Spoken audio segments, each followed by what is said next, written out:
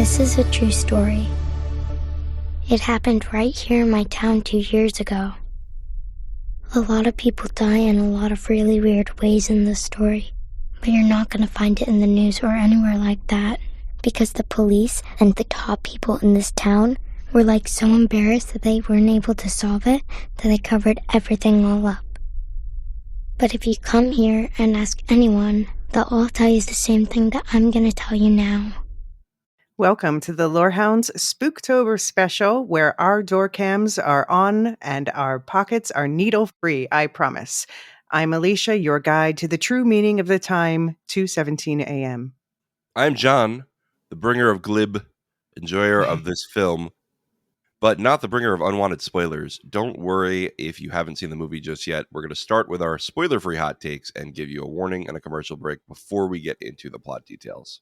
And I am David, representing the Zach Cregger skeptics, maybe, or not really into the Cregger verse quite yet. But if you want to hear our thoughts on other Cregger films that we have covered this Spooktober, Barbarian and Companion, you can check those out on Supercast and Patreon. We do a lore down. And we get deep into the topics, the very topical movies, actually. So stick around to the end of our podcast today to hear more about what you can find as a subscriber and what else is coming up in the Lorehounds near future. We got a lot going on. I'm gonna introduce a new test, the David test, which is for 2025. Is it a science fiction series that started with an A? Then good. If it's not good. Alien and Andor. Pluribus is going to I'm just joking. Test that, and Adolescence too. I'm just joking because you love those two shows so much. You are the bringer of the glib. I am the bringer of glib. Feel my wrath. Ho ho ho. Wait, are we gonna have a special month for you for the bringing of the glib? Is that a December? It's Glibmas. Yeah. Glibmas.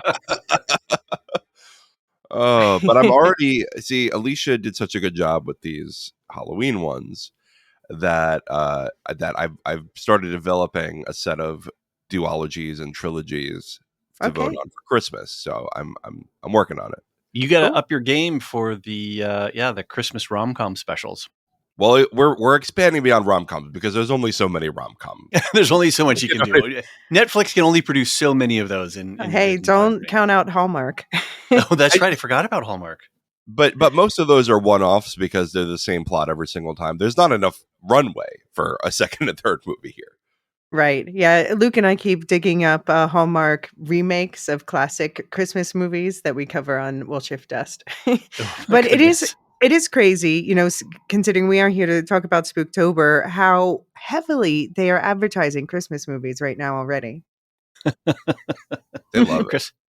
Christmas starts at the beginning of October. I wasn't super excited by the Netflix lineup this year. The same way. I only liked one of them. Sorry, what was that? I think Merry Xmas is the only one that I was like, oh, I'll watch that. Yeah, there's a few. There's some that have kind of an interesting premise, but there's not Hot Frosty. You know what I mean? Like Hot Frosty, right. I gotta watch that.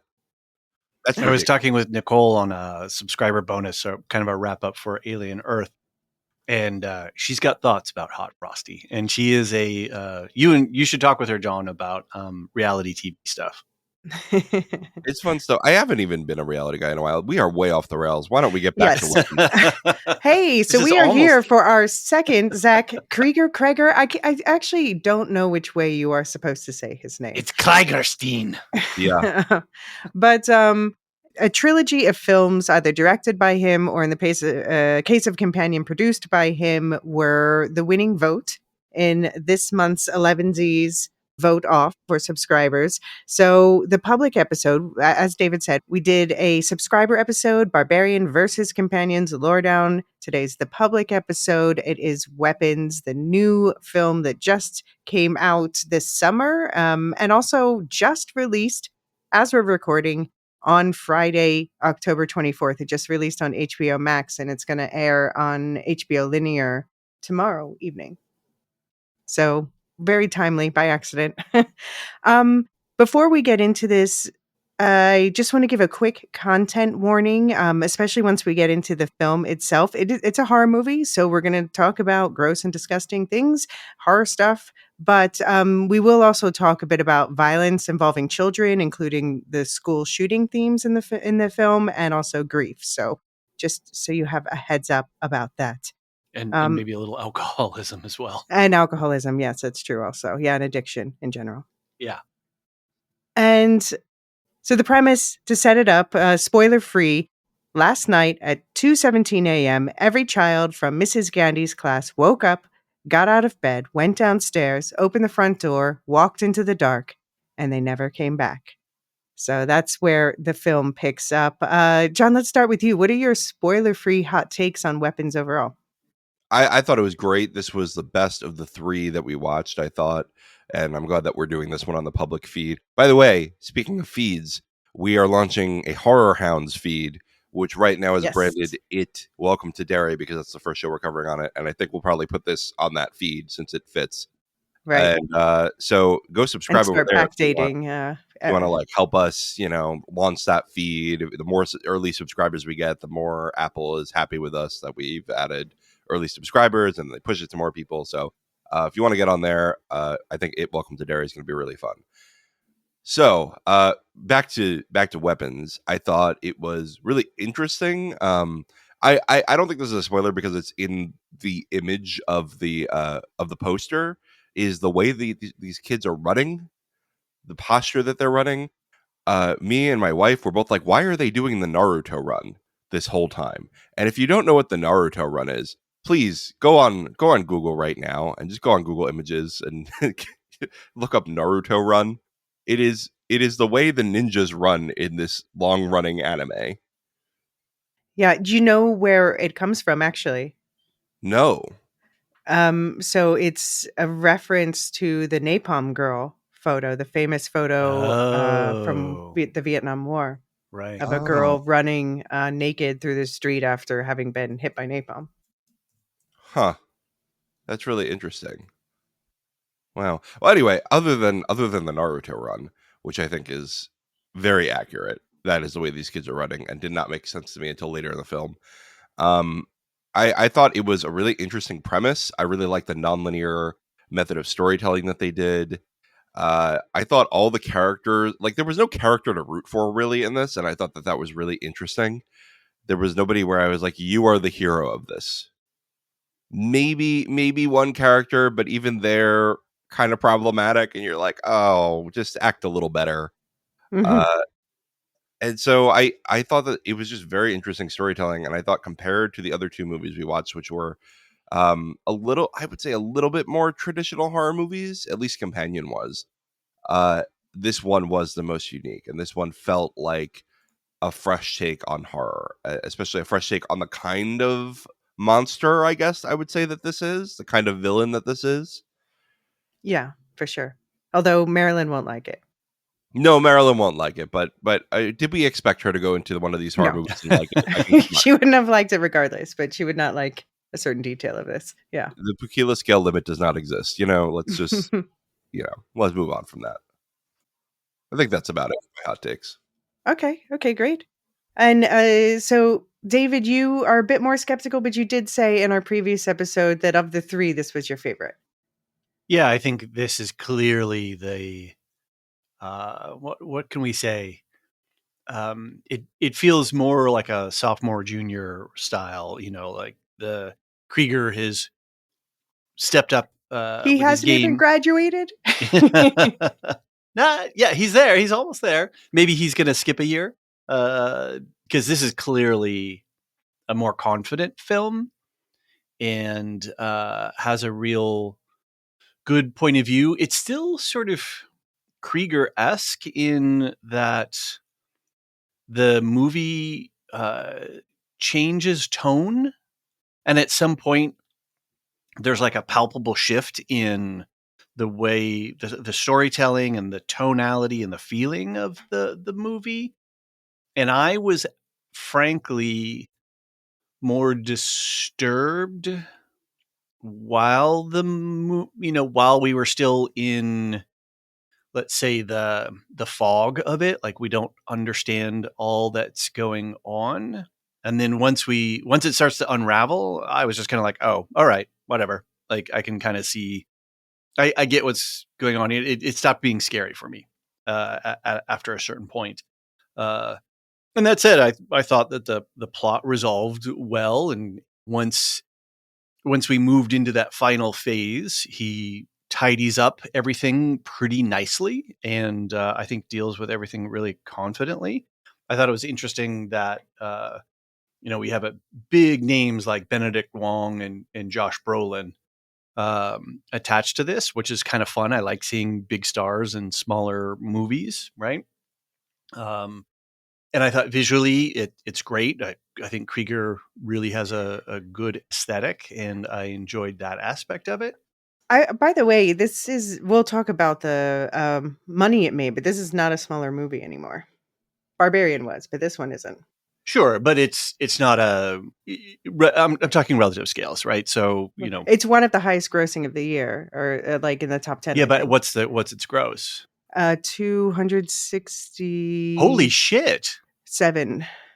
That's actually not a small movie. That's actually not a small movie. All right. Well, that's interesting. I thought it was much further down the line. So, You know what it is that 10 years ago, every horror movie was a small movie. And all of a sudden, the last few years, horror movies have been making bank again. Yeah, well, particularly in Cregger's case, Barbarian came out of nowhere and people went crazy for it. So this one started an outright bidding war with studios being pitted against each other. Like the gossip is that Jordan Peele ended up firing his representation because they were also Cregger's representation, but still didn't get him the movie. So, yeah. Wow. So what was I going to say?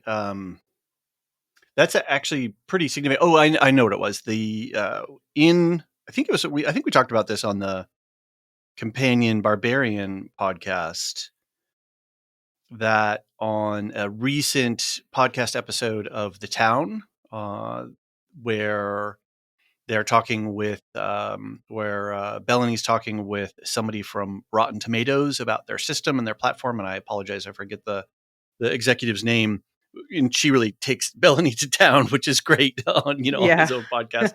But something that she drops later in the episode is that the biggest box office genre right now is horror films. And that is, well, maybe it's not box office, but like in ratings, like it's most consistent. Like horror films and kids films are the most consistent at the box office.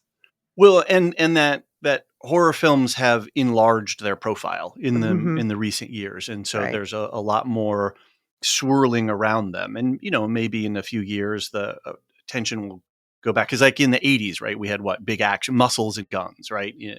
And so for whatever reason, horror and quality horror seems to be on the profile, thus the new feed, right? And thus all of coverage that we're starting to pick up.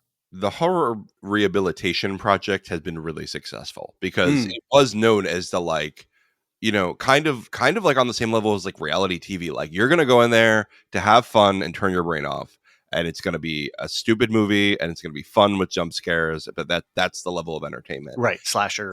And yeah, they really I'll turn to you in a second, Elysia, I promise. They really have come back from that, and that's been like a 10 to 15 year project. Right. But I would say that like the Rotten Tomato scores for this, it started famously at 100%. It's now 92% for critics, which is still obviously excellent. 70% for general audiences. And that's because I've been seeing a lot of pushback from, I mean, of course, I'm going to point out that prestige horrors are always existed. We talked about Poltergeist before, Exorcist was another major contender for this year, etc. But there are the people who just see horror as those slasher flicks, and they're pushing back on films like Weapons, and 28 Years Later is another one that got it, because they're like, I don't want feelings and humor in my horror. And it's like, that's always been there. That's always been some of the best parts for me. Well, but I think when what I'm talking about is, look, there's always going to be some representation of something else, right? But when we talk about like the movies that stick around in cultural memory and Mhm. that are the biggest box office hits from like, and I agree with you, the 80s had some great horror, but then you get to the late 70s, yeah. 90s, all right, the 70s and 80s. But you get to the late 90s through the early 2010s, and boy, is that like all the big hits are basically hot garbage in terms of quality. Yeah, I mean, Sixth Sense and stuff, there's always been the stuff in there, but yeah. As you and David are both saying, we're reaching a, renaissance of prestige horror.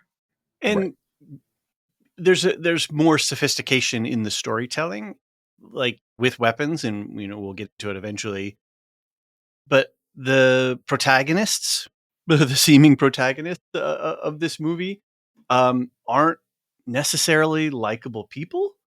Right. They're dealing with their own stuff. Josh Brolin and Julia Garner, they're dealing with their own stuff on top of what happens with the story. So that's a level of sophistication. And there is taking in which good, quote unquote, good horror always does, is graphs our unease about society and culture in the world onto our stories, right? It maps some things, like we talked about with Companion and Barbarian. And I think for me, when I was watching this, because I'm not a horror genre fan or devotee of this, I probably, some of it probably went over my head because I wasn't really engaged. So I'm actually interested to hear some of the deeper analysis that you guys are going to bring forward here. But even in just your setup, Elysia, I was like, oh, of course this is what this movie is about, or of course this is what's embedded in here. And I hadn't really engaged with that when I was watching it. So those are my hot takes. Yeah, I mean, so Zach Cregger's given a lot of interviews about this, which I mined for information that we'll talk about as we go through. But to keep it spoiler free, so Barbarian was his first movie, and he was in post production in Barbarian when, for anyone who doesn't know, Zach Cregger first became famous, especially as an actor, but especially for this group called The Whitest Kids You Know. Some of you might know it. And his best friend and creative partner, Trevor Moore, while he was in post on Barbarian, just had a freak accident and died one night. He fell off of a balcony while drinking. And basically, Zach Cregger started this movie to process that grief. And so it came out in all these different ways that ended up like mixing in his life and aspects of society. But he's careful in his interviews not to over explain things because he wants to let people take from it what they see in it. Yeah, that's very sad. I knew about that freak accident, and I had only seen a couple sketches of their old comedy group, but you're like, wow, that guy was really young for that. Hmm. I guess anybody is young to fall off a balcony. There's no like age to fall off a balcony, Right. but it's very sad. Yeah, and it's something that's so sudden that obviously it takes a lot of grappling with. Right. Um, but this is only Zach Cregger's second movie that he is writing and directing himself, and he's kind of said basically from now on he's just wants to only write his own original scripts. That's also why he handed Companion back to the writer to direct himself. But yeah, I just think this is such a clear evolution already. I gave it 5 stars. It's in my top 5 of the year personally. Of course, I do have a soft spot for this type of film in particular, so take that as you will. But it's humorous horror, full of social commentary, deeper personal meaning, obviously. I think this has also been a year for incredible child actors. In horror, we also saw it in 28 Years Later. David, you and I are going to do a What You Watching. I'm going to talk about a couple more incredible child performances from the film festival I went to recently. So, yeah, I cannot believe how well Alex did, and I feel so bad. So this film was started and it was cast, and the cast was almost completely replaced because of delays, because of the strikes and everything. And by the time they were starting it back up again, the kid they had cast as Alex had gone through a major growth spurt. So he lost the role. So they found this kid, which is great. But I feel so sad for that other kid that he missed out. And I hope Zach Cregger casts him in something he needs an older kid in. But yeah, it just, yeah, it's a clear evolution over Barbarian. You can see it in the way that Barbarian was meant to be disorienting in the way it jumps perspectives. Here, it's much more refined. Um, it's 128 minutes long, so over 2 hours. But personally, I do not feel the length at all while watching it. It just really flies by for me. And I think I'm the only one of the three of us that watched it in the theater. Yeah. Yeah, I Watched it at definitely home. did. I watched it at home. It was hands down one of the best theater experiences I've ever had. So that definitely helped my appreciation as well. It was like we were all on a roller coaster ride together. That So, is something for horror movies too, where I think mhm. that they are some of the most fun movies to watch in the theater because Yeah, you get that audience level of like, but also like in a moment where there's a relief, everybody all of a sudden you feel the relief in the room, right? Like it's one of those where it's such an emotional type of movie that seeing it with a group really yeah. matters, I think. And especially a film like this where, no spoilers, but the climax had the audience collectively losing their minds. Um, I mean, this is one it could pop up during award season. Normally, there's not that much space for horror in the awards categories, and Sinners and Frankenstein are the most likely to get that kind of attention. But this and 28 years later follow closely in terms of possibilities. I just think they've done a great job marketing it. Like, I don't know if you guys saw this Maybrook News website, but I'll put a link in the show notes. But it's like a marketing thing where they wrote in-universe articles. The icon is one of those kids doing the Naruto run, as you said, John. Um, I just think they've done such a good job with it. Obviously, this is from writer-director Zach Cregger. We talked about him more in our Elevensies app. But yeah, again, from the whitest kids you know, and then has now shifted over to becoming a horror director. And he says himself that he's lucky that this is what he was drawn to do at this moment in time because it's clicking with audiences, this genre. Yeah, that's great. You said he's only going to do original scripts. Does that mean we can't get a Cregger Kruger movie? Well, not necessarily because his next movie is going to be a Resident Evil movie, and he says Oh, it's in that world. It's definitely in that world, but it's an original script. okay. So he's willing to work with different IPs as long as he writes the Hmm. script. Right, Okay. All right. So we right. could get a Cregger Kruger movie. We could, yeah, absolutely. All right. Very good. I mentioned that this was especially about processing the grief of losing his friend Trevor Moore. And so just from this interview with Hollywood Reporter, he said, I was spared because of my emotional pain of writing from a place of ambition. I was writing from a place of catharsis, writing where the process is the reward, not to write a movie, not to write my next project, but to write because I needed to get this venom out. I started typing. I had no idea what the story was going to be. I literally went line by line. This is a true story. What is it? The teacher came to school and none of the kids were there. Okay, why? Yeah, they all ran away the night before. Okay, where'd they go? Nobody knows. Stephen King has that amazing metaphor where he's like, you need to be a paleontologist and you're unearthing the dinosaur one bone at a time, but you don't know what the dinosaur is. That's a beautiful way to create for me. Remove results from the process and just be discovery. And this reminds me of I think, John, you're the one who mostly talks about this idea of being what is it, the gardener versus Yeah. the, Versus the planner, okay, the outliner. engineer, or, yeah. Yeah. Yeah. It does sound a lot like gardening style storytelling.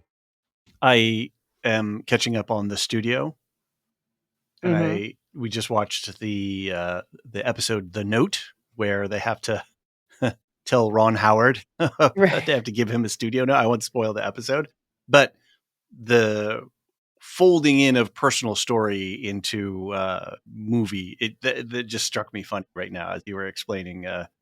Krieger's process here. It was like, oh, that just came up in the studio. So All right, David, I will retract my joke about you only liking a named sci-fi movie. Sorry for my glibness early in the morning. I can't watch more than one episode of the studio back to back because the cringe, the anxiety, it triggers my sympathetic nervous system and I get into flight or fight mode after watching an episode. I mean, it's so frenetic, that show. I was hard on it when we did our Emmy coverage, and I had only seen half the season at the time. After watching the back half, I feel much more warmly about it. I still don't love it's like the two together. It's what's his face?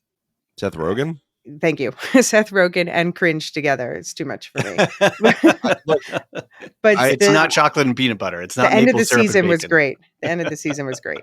Look, I'm just not going to look at Seth Rogen that long. You know, I just can't do it. You can't make me watch. I don't have issue with him in general. I always liked, the Judd Apatow movies or whatever growing up. But yeah, I don't like Larry David, and he's I don't like that style of comedy. Now you're throwing mud at John. I know, but that's what I'm saying. This is why John should give it a chance. Maybe this is the one thing that will change your mind about Seth Rogen. I don't know. See, Seth Rogen just feels like your buddy who smoked too much pot and thinks he's funnier than he is. Okay. Yeah, I think that means he's playing himself. Anyway. Right. That's what I mean, though. You know what I mean? Like, I don't like that friend. Anyway. Weapons. In Weapons, Zach Cregger ended up incorporating like just a bunch of his personal stuff from childhood experiences to family and personal history with alcoholism and a bunch more. We'll talk about it as we go. I want to shout out the cinematography, which was done by Larkin. Is it Seipel? Anyway, he's a cinematographer who did Swiss Army Man, I Don't Feel at Home in This World Anymore, Everything Everywhere All at Once. So I was a fan. David, did any cinematography stand out to you? I can't. I apologize. It's been a minute since I watched this. I watched it earlier a few weeks ago, and I've got too much other stuff fresh in my head. I enjoyed it. I thought it looked visually great. If I could say that as a general comment, but I apologize. I should have rewatched it, but I didn't. So I can tell you one of the scenes that scared me the most, but that's maybe for spoiler section. Yeah. We'll check in on favorite scenes when we get to spoilers. But yeah, I mean, I guess what I liked about the cinematography is that it played into the pacing and the action well and the suspense, but it also was frequently very personal. It emphasized that these are a series of personal stories collected together and interacting. So I will add that it was competent. It looked great. It's in the classification. There's a kind of look and feel that a lot of modern films have based on the technology that they're using that creates a really clean look and a lot of color depth and the use of color grading extensively.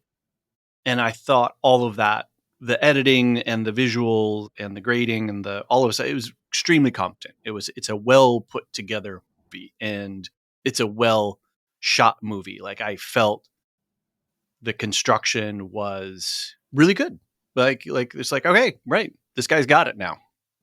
Yeah, the movie is definitely making a lot of references also on the technical side to a lot of other movies, especially The Shining. There's a few references, which Zach Cregger points out is the first Steadicam movie ever, which I didn't realize.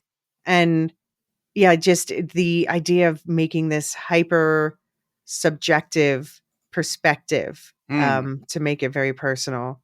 So that he took that from The Shining as well.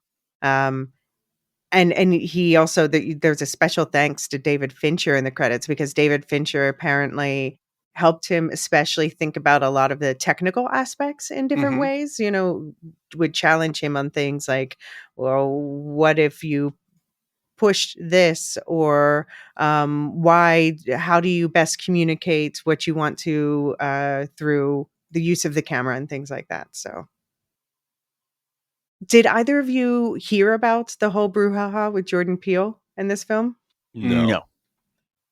So basically there was a bidding war that kicked off about it, and Jordan Peele wanted it. He was going to partner with Universal, via his production studio Monkey Paw, and he was even going to put in 7 million of his own money to match New Line, which is a Warner Brothers company's bid, and he lost it. And shortly after that, his reps, who also had links to Cregger, he ended up firing them. So it's not for certain that it was for that, but it's like, yeah, there's a lot of, obviously there's been some NDA signed, but yeah, Zach Cregger won't talk about it either. So it was like a contentious bidding war that was apparently quite stressful, and it ended up selling for 38 million.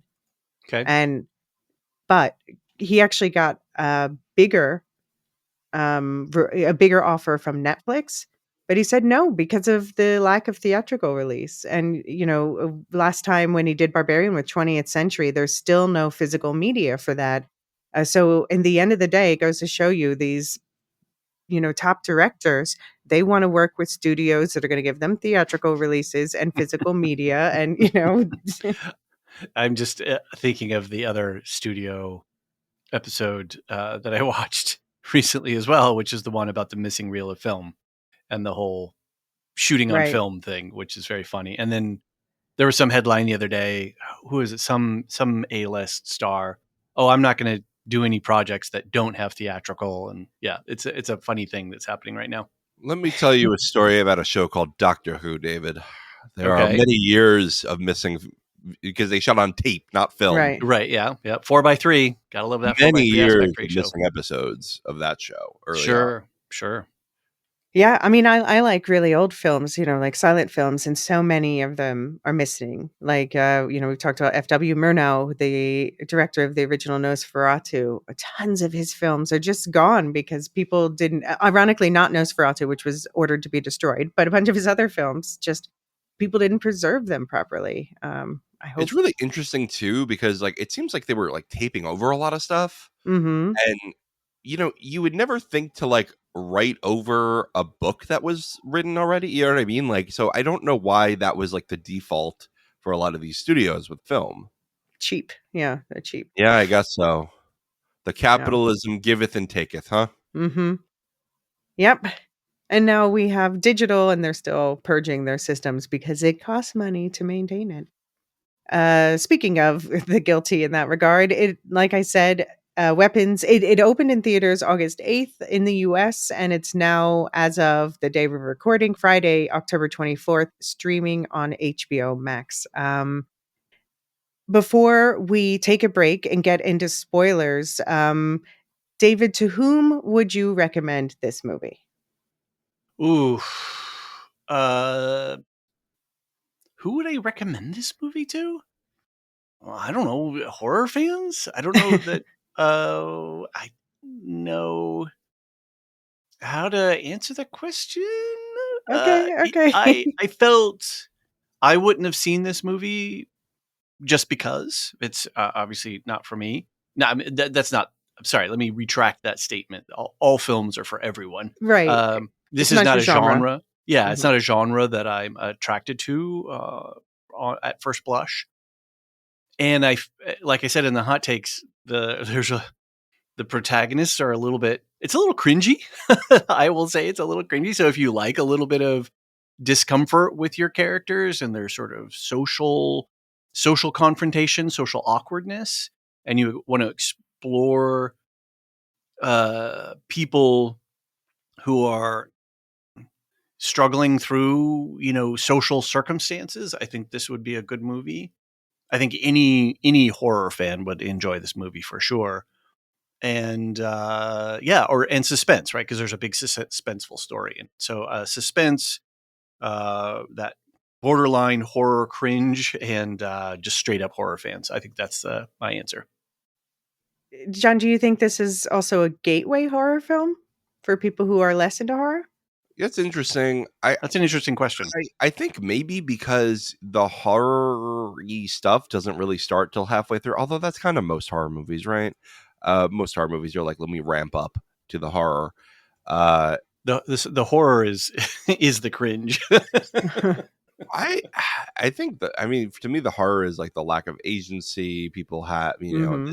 there's a lot of like non supernatural horror within a movie that, you know, mild spoilers is there is some supernatural element here, right? I mean, that's kind of obvious, I think, from the first moment.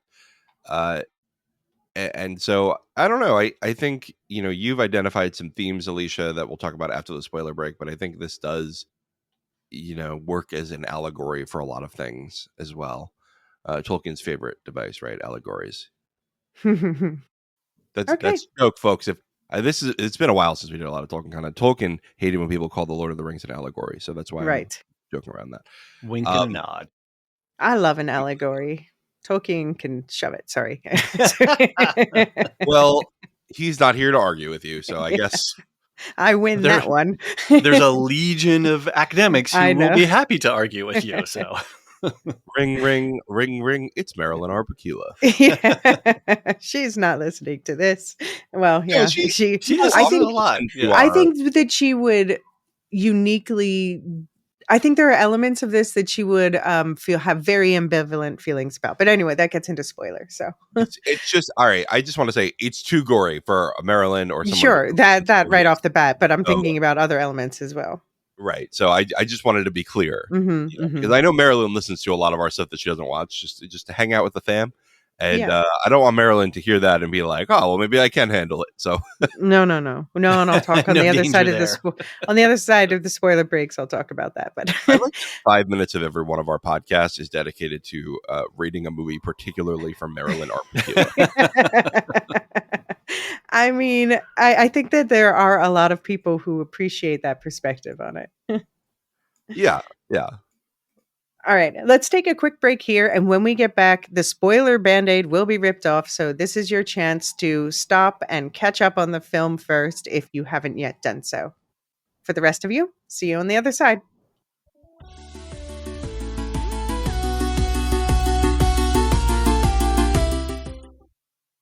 Hi, Elysia from the Lorehounds here. I'm genuinely excited about this new sponsor we're working with this fall because they've played an important role in my family's holidays and special events for many years now. I'm talking about Uncommon Goods, my and my family's favorite place to buy gifts for each other. Their official tagline is Uncommon Goods makes holiday shopping stress-free and joyful with thousands of one-of-a-kind gifts you can't find anywhere else, which is absolutely true. But if you know me at all, you know that I get excited about unique, quirky products made by artisans and other creative people. I just personally love scrolling through their website and stumbling across such specific items I'd never find anywhere else. Over the years, I've gotten everything from personalized puzzles to retro viewfinders with family photos to beer brewing or wine aroma kits. And my latest purchase is a 3-in-1 convertible bag. It's a gift for my mom to thank her for everything she's done to help me through my tougher moments. And I'm getting started on my holiday shopping earlier this year, too. I need to make sure that I leave plenty of time for gifts to arrive with the recent unpredictability in shipping. If you're thinking the same, then good news. We can offer you a 15% discount when you shop on Uncommon Goods and drop our name. So shop early, have fun, and cross some names off your list today. To get 15% off your next gift, go to uncommongoods.com/lorehounds. That's uncommongoods.com/lorehounds for 15% off. Don't miss out on this limited time offer. Uncommon Goods, we're all out of the ordinary.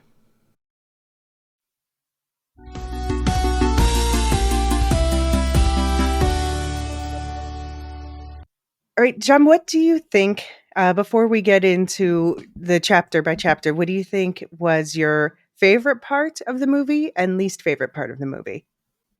I mean, my favorite part was this shocking twist of him setting all the kids on her. Like, I thought that he was going to zombify her, but the opposite happened, and that was insane. And it also, like, I'm not sure what it was trying to say, but it was trying to say something about like forcing kids to do your dirty work. You know Yeah, what I mean? Like, all absolutely. these kids had bloody hands at the end, and it was I don't know what that was trying to say, but it was saying something, and it was insane. Yeah. But I think the thing that took me the most out of it, the worst is, I won't even say the worst part, but the thing that took me the most out of my, you know, suspension of disbelief is I could buy all the witchcraft stuff, But I don't buy that a teacher afforded this house on a best salary. Maybe her parents helped her.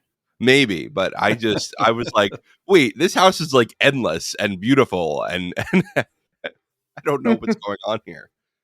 Yeah, they're kind of vague. It's set in Maybrook, Pennsylvania, but they're kind of vague about where that is. Like the name Maybrook seems to come from Lower Merion, which is a suburb of Philadelphia, has some stuff named Maybrook.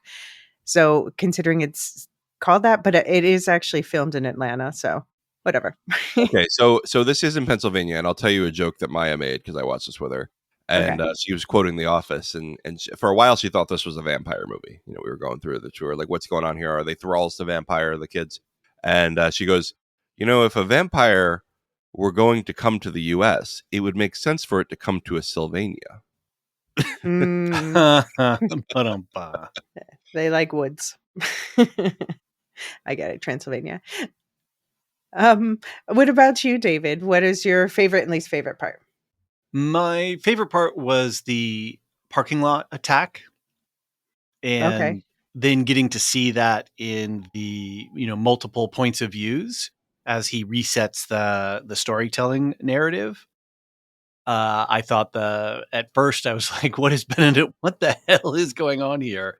And it really kind of was horrifying in a way. And it got me really invested in the movie for whatever reason. I think what's the worst? The worst part was the alcoholism and watching her character sort of struggle. Julia Garner's character struggle, or in the fact that she just wouldn't let it go. Right, her behavior and her attitude. I was just like, girl, like, step back. You're not helping the situation here. So whenever she kept trying to engage with Alex. with Alex, I was just like, oh, geez, it really was frustrating to me.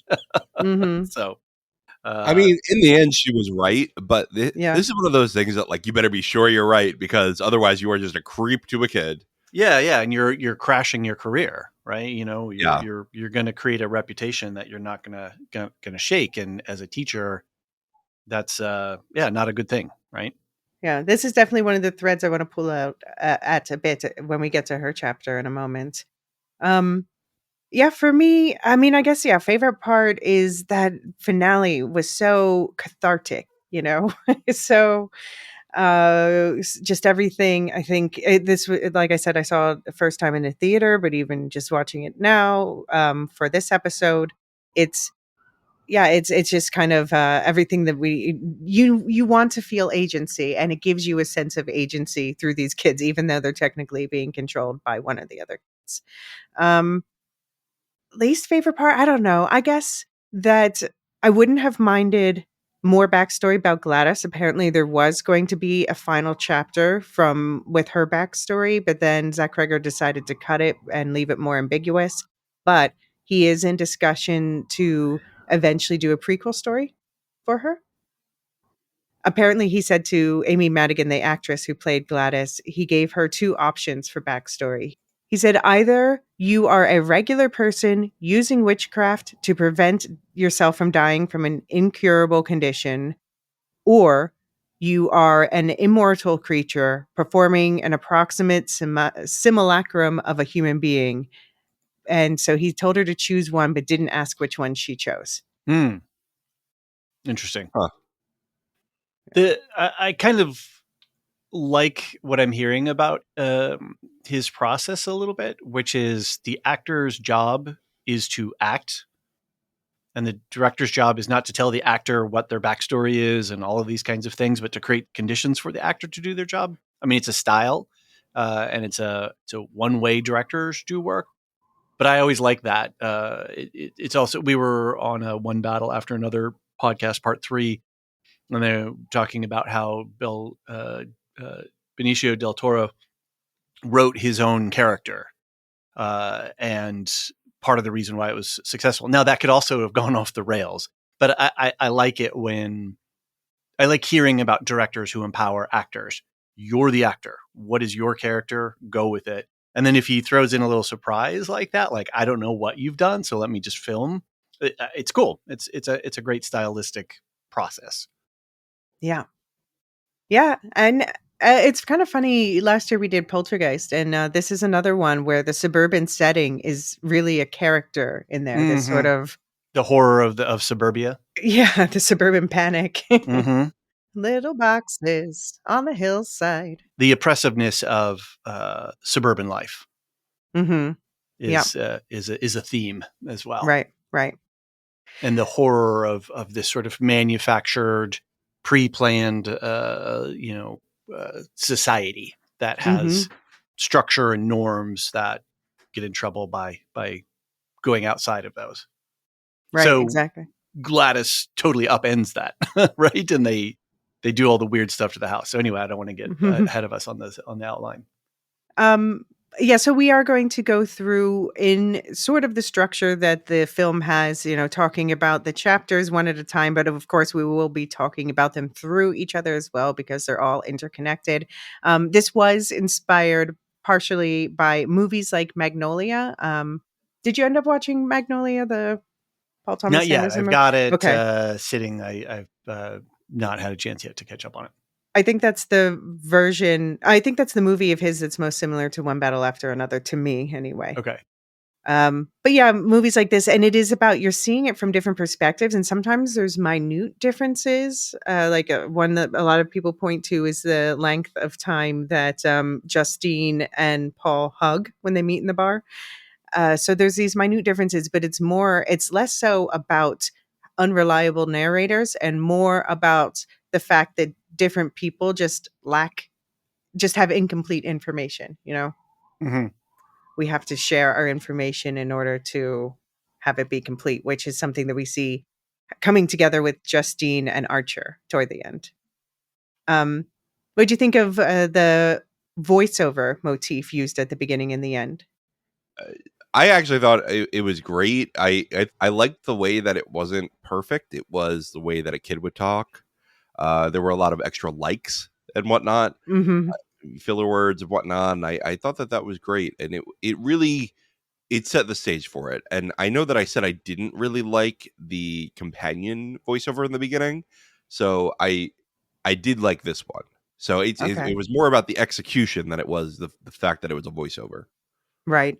Yeah, that is something that Zach Cregger's talked about, wanting to get the execution right. And of course, everyone's obsessing over, well, who's speaking? Apparently, she's called Maddie in the script, and there was one of the missing kids was named Madeline, but that's not the voice was Scarlett Schur, who's not the girl pictured for Madeline, but that doesn't mean anything. I don't know. Do you have a thought? Do you think it's more interesting if it's one of the missing kids or some kid of like the next generation even? Or I like to think it's one of the ones that were in school and just watching this happen, because I don't think that any of the kids who were mindless for that long are going to be that articulate this early. I mean, I don't know. Although I guess we don't know exactly when this is recorded. But yeah, I think it's probably one of the bystander kids. Yeah. Because Because something we don't really talk about is the trauma of the rest of the school, right? Like we have the trauma of the kids who disappeared for sure. But the kids who just like, hey, you're a whole class in your school except one kid disappeared, and you're all just possible victims every day. Like you're always going to feel like that. And I know you're going to bring in a theme that is a real world parallel of the way that kids live in fear. I mean, I'll just say, you're bringing in this theme of school shootings, right? Right. And, yesterday I got an email from my daughter's school saying we had a successful lockdown drill. And just like the fact that we have to do those in the United States is insane to me. And I know we have to do them, but like, it's so insane to me that we have to, train the victims instead of stopping the perpetrators. Yeah. Yeah. And this whole, the voiceover says, and they never came back. But then at the end, the kids do come back physically. But I think, and they never came back as a way of saying, but they'll never be the same after that. Yeah. For sure. Yeah. Yeah, I say that the school shooting theme does run throughout. There is at one point quite explicitly, and I don't know what type of rifle is it above the house. Maybe I don't know if you took note, David, but like I'm not good at with the assault rifles, but AR-17. I'm making that up. Anyway, so we will bring it up a few more times.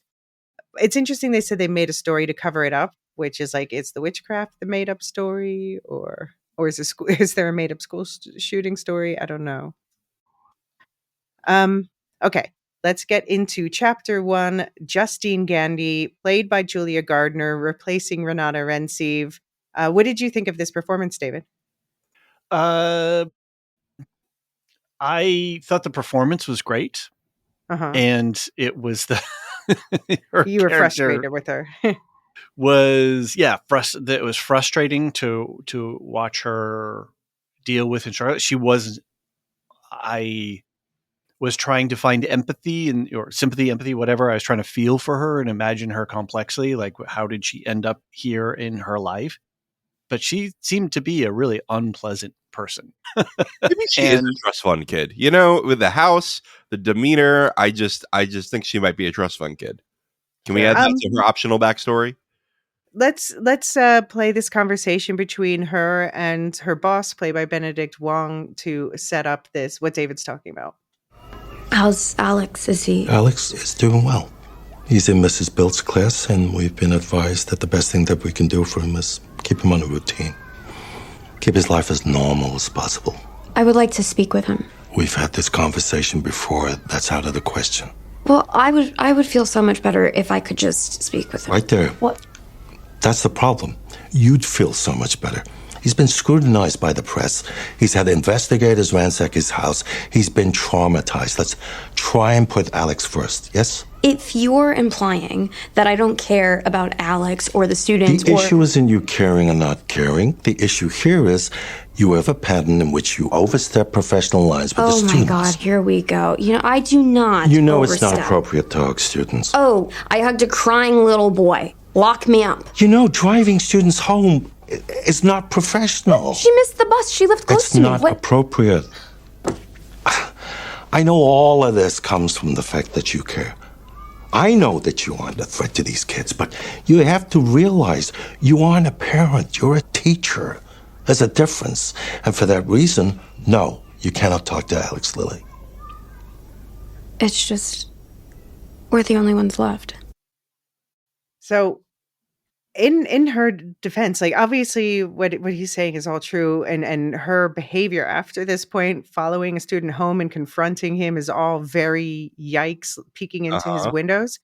But in this case, he's not wrong, but he's also not completely right. And there is something to be said for the fact that, you know, Justine is the only one who noticed something was off with Alex before the kids disappeared. She could have rung the bell if she had been allowed to, in a way. And it is this idea of, oh, we can't overstep, we can't intervene, that does allow some real life abuse children to fall through the cracks. Well, she did ring the bell, right? Didn't Right. Yeah, they had that whole conference where the Aunt Gladys duped everybody. First of all, before I get into serious analysis, why does he sound like he's just like straight plucked out of Brooklyn? Like what's going on with the accents here? This is not a Pennsylvanian principal.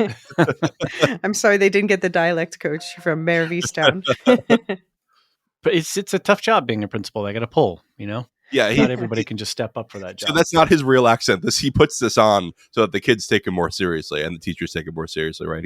He puts on the Brooklyn tough guy accent. Whatever backstory you need. I love this. We're making up the backstories for everybody. He actually just sounds like a regular Pennsylvanian. Okay, all right. So back into serious analysis mode. You know, I've recently enrolled my daughter in Cub Scouts, right? And I did Cub Scouts as a kid, and I did Boy Scouts too. And one of the big rules there is it doesn't matter who, you know, how much you trust the adults or whatnot. There is never a situation in which one adult is alone with one child, right? Mm-hmm. That is just a straight up rule. It's to protect everybody in the situation. And yes, there are situations where you will have a good faith adult and a child very vigilant, and it would be in reality safe to have those two together. But you need the rules to prevent the situation where there is a bad faith adult, right? Who has duped other people. And so as much as emotionally I can empathize with Miss Gandy, I completely agree with the principal in terms of like procedure and all this, right? And the principal did everything right in terms of like, say, organizing a home visit, calling them in. He did everything right up to the disappearances. It just so happens that there was a supernatural force involved, right? Like this is just exactly. I can't put any fault on the principal here. I agree. I mean, but even if there weren't a supernatural force involved, families can certainly hide these things through, cleaning up the house before people come and making sure you only see certain things, et cetera, et cetera. So the cover up could have been. Hopefully, it doesn't usually end with the principal being killed because he keeps investigating because Justine keeps pushing him to. But yeah. But yeah, I love about this movie the fact that they're all such complicated characters, and Justine is one of the most complicated because you feel for her because we find out she's a new teacher, so she's an outsider, which makes her easy to blame, and it's this terrible thing just happened to happen to her because Alex is in her class. It has nothing to do with her, where the entire class disappeared except for Alex. And obviously, that looks sus AF. Yeah. Yeah. And we find out, we see her. Obviously, she has this affair that's been going on with Paul, who I'm assuming he's also an alcoholic. He's the police officer, but I'm assuming that they met in recovery. And he is like, what do you think of Paul's relationship with Justine? Oh, I don't think they met in recovery. I think they were drinking buddies, as well as dating, their exes. But because she was surprised that he was in recovery, right? She was like, Okay. "Oh, you're not gonna have a drink? Come on, man!" And that's shitty behavior, is to try to give somebody who has expressed themselves to be in recovery a drink. But Yeah. yeah, Yeah, no, she's not a good I think influence. they are toxic exes in a uh get back together and break up cycle, and he finally got another girlfriend and is going to lie about it and cheat on her. Yeah. Yeah, he lies about, like, apparently his wife's trying to have a baby with him, and he's lying about having broken up with her. And then he accuses Justine of playing the victim, even though she's actually not being paranoid here. Yeah, he And straight up sucks. yeah, This guy straight up sucks. I he mean, sucks the I most perhaps, and that's probably why he died. I have some empathy for him in some situations. Like it's not great that she offered him alcohol, but Uh-huh. also he made the choice to go to the bar, right? Like he did put himself in that situation. Mhm. And so there's some level of responsibility on him, some level of responsibility on her. Later on, we could talk about his interactions in law enforcement, but let's save that. Yeah, I mean, we find out that this is a pattern of behavior with her because Archer looks into her background and finds out she had a DUI and that she Yeah, was yeah, fired from her prior school job for inappropriate behavior with another member of the faculty, which I have empathy for. Like, why you work with your coworkers? It seems unnatural to stop people from dating the people they see every day. right. But yeah, at the same time, she even says to Marcus, the principal, don't put me on leave. I need to stay busy. And then when she goes on leave, she immediately heads to the liquor store. She just like that's what she is going to do with her free time to deal with her feelings because she doesn't have somewhere else to channel that energy. And then, she's the one who's being harassed at night and the cops are like, "Oh, probably kids," which is I've definitely had that happen to me as well, where you're being harassed and it's like, "Oh, boys will be boys." And they're like, "Well, make the boys stop throwing shit at my house," you know? Um I don't know if you guys noticed, by the way, that the person who opens the liquor store door for her and asks her for money is James, the addict who we meet later, and Yeah, Yeah. he's asking for money for a bus ticket to meet his brother, and it kind of sounds like BS when you first hear, but then you hear him later on the phone with his brother, so I think it's actually real. It's I not don't that know. he's trying to that he's trying to do some. He's trying to break his cycle. Mm-hmm. Yeah. Kind of. Yeah. Kind of. We'll talk about him in his chapter, but yeah. But yeah, I think Justine, like Zach Cregger said that each character, he told Josh Brolin that each character represents a different phase of his grief. And I God, think, this is an intensely personal movie. yeah. Just keep going back to the Ron Howard thing. Sorry. What's the Ron Howard thing? From the studio.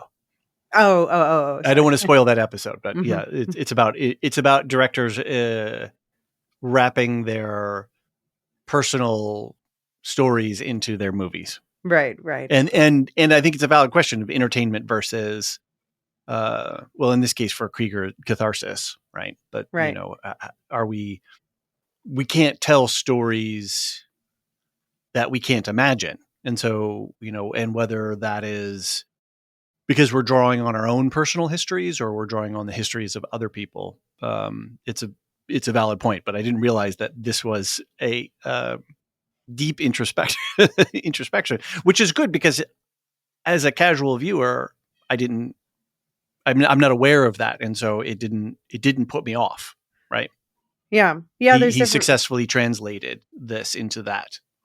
Yeah, there's different layers for sure. And I think there's, when you use art as self-therapy, it winds up often being therapy for others as well, because we are For sure.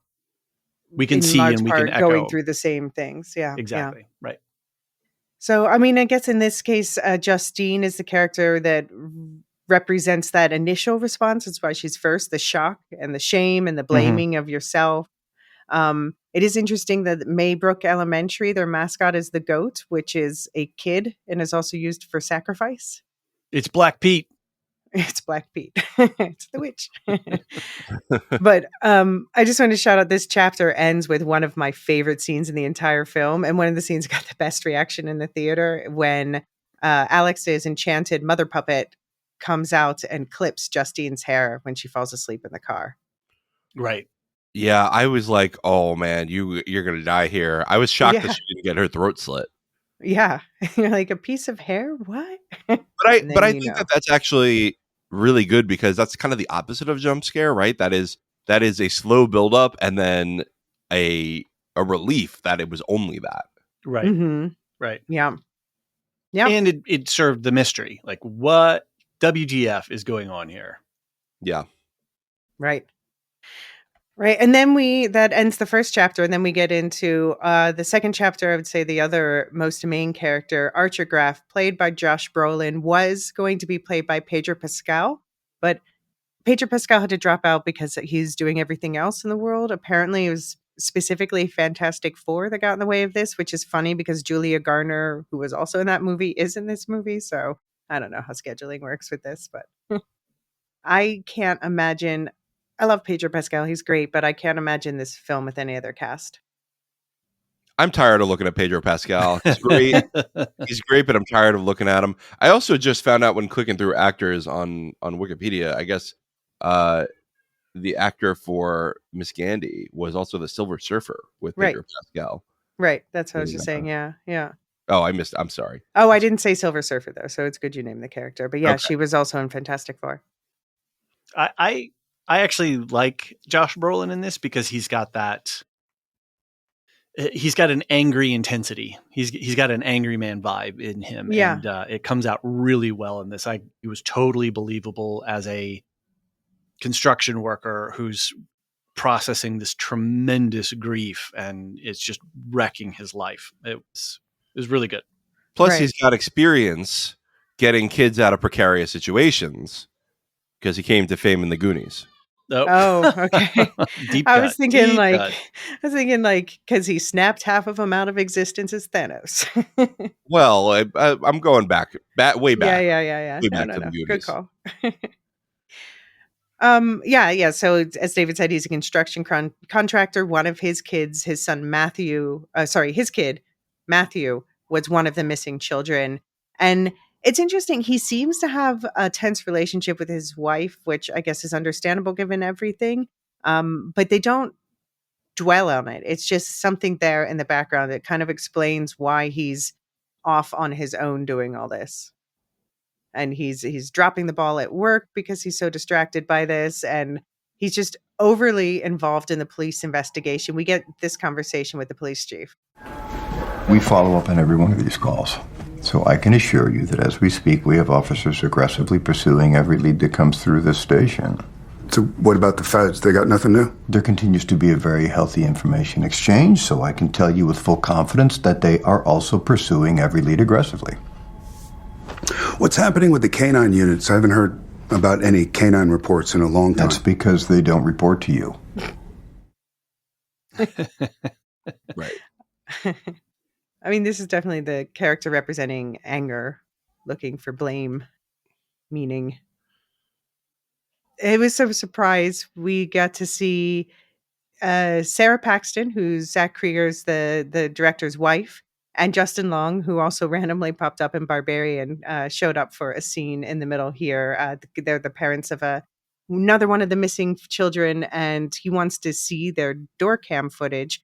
And of course, he goes about it in the most. He's like Archer is a bully, and he kind of is dismissive of women, which actually I think Archer is the one who has the best character arc, I would say, in this. Do you guys agree? Yeah, and is he the witch hunter? Is that his role here?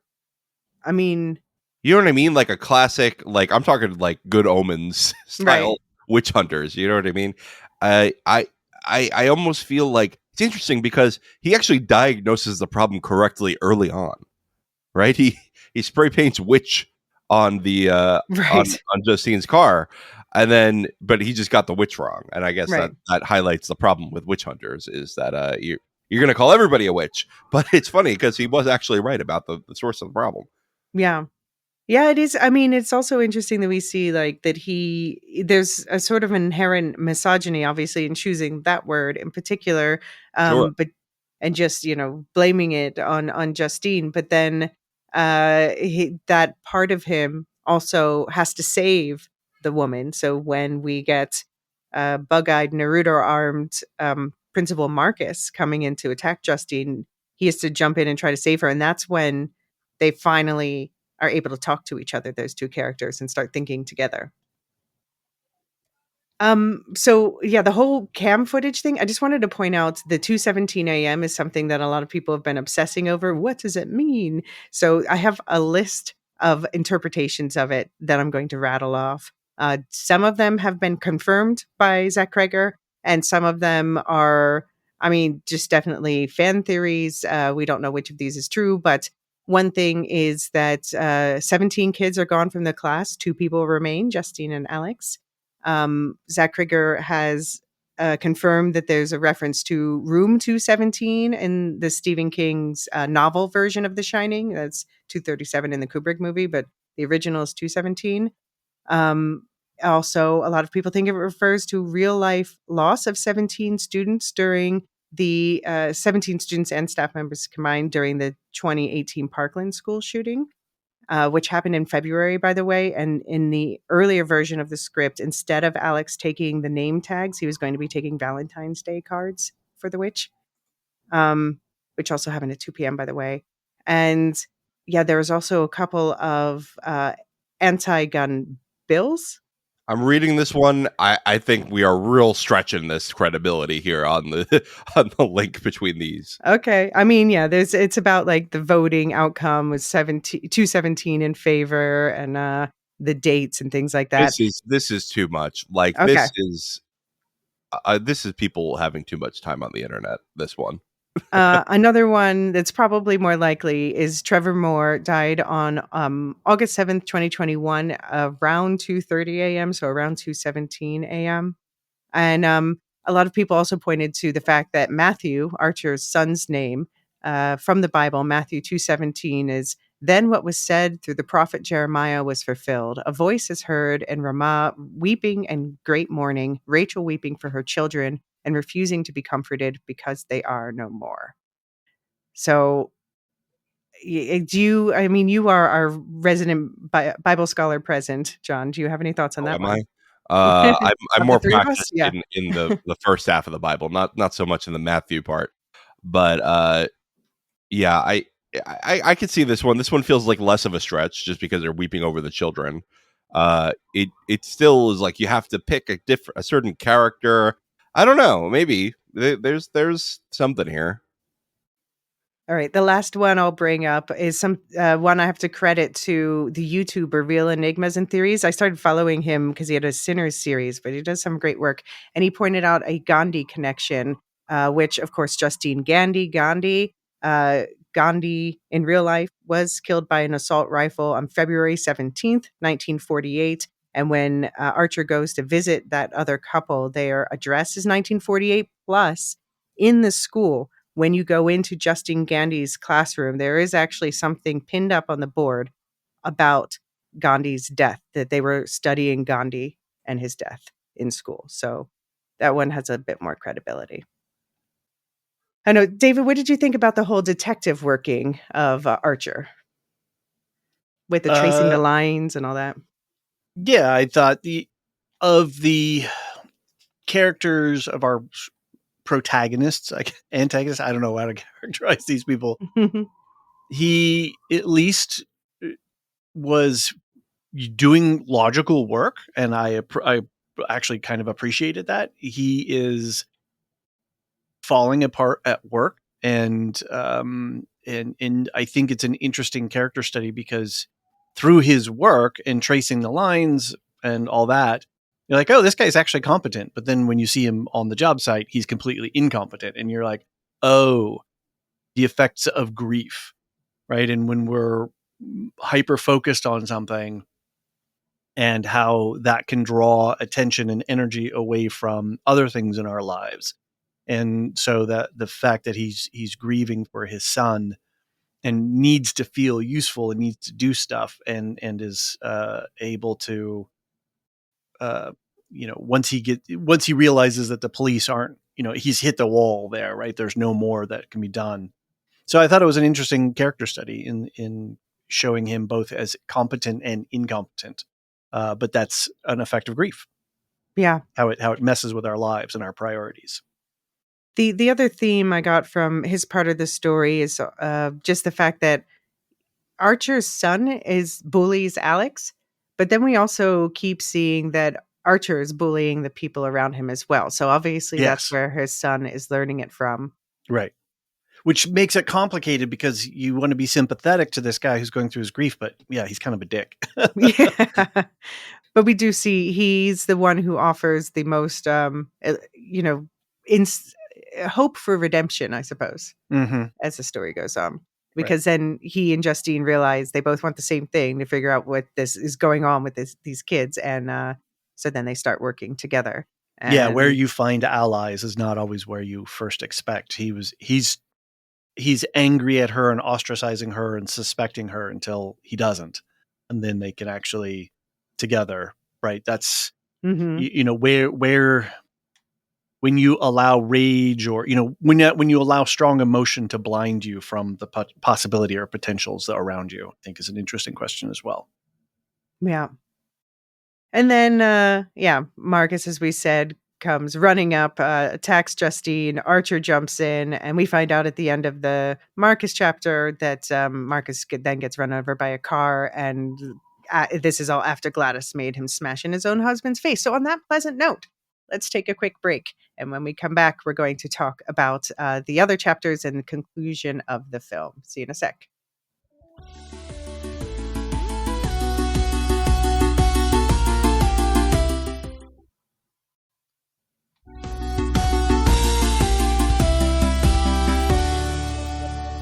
Okay, we're going to kind of run a bit faster through these other chapters because we've mostly set up these characters previously, but Chapter 3 is dedicated to Paul Morgan, played by Alden Ehrenreich, who replaced Tom Burke.